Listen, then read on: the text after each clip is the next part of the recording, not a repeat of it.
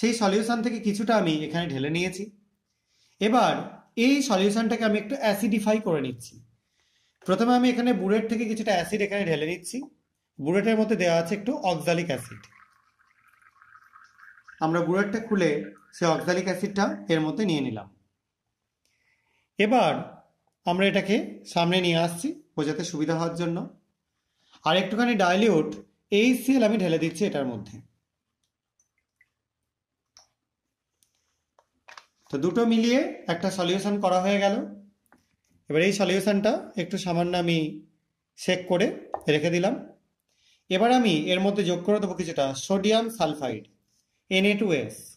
এটা আমি সলিউশন না করে জাস্ট একটা বিড বা একটা টুকরো আমি এর মধ্যে যোগ করছি।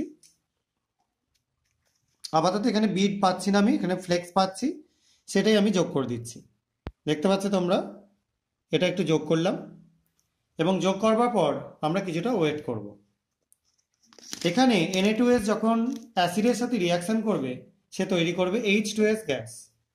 এবং H2S গ্যাস কি পরিবর্তন করে তোমরা এটা থেকে দেখলেই বুঝতে পারবে। দেখতে পাচ্ছ সলিউশনটার কালার আস্তে আস্তে পুরো চলে